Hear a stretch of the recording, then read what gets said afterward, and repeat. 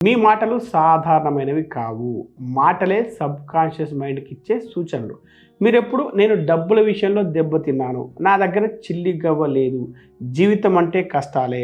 Middle class వాళ్ళు ఎప్పటికీ అభివృద్ధి చెందరు. ఇలా అనుకుంటూ ఉంటే మీ సబ్‌కాన్షియస్ మైండ్ కూడా దాన్నే యాక్సెప్ట్ చేస్తుంది.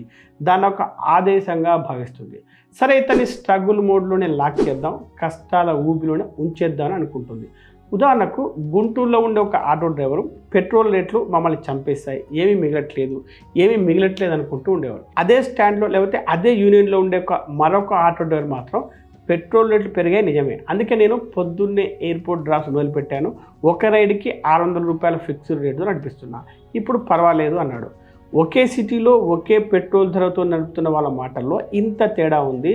Different language, different thinking, different action, different money. ఇప్పుడు మీ వంతు. ఈ రోజు నుంచి మీరు మీ లైఫ్ను కించపరచుకోవడం ఆపండి. నా దగ్గర డబ్బు లేదు అనే బదులు ఈ వారంలో నా దగ్గర మనీ టైట్గా ఉంది, కానీ దాన్ని కంట్రోల్ చేసి సంపాదన పెంచుకుంటాను అని మీతో మీరు చెప్పుకోండి.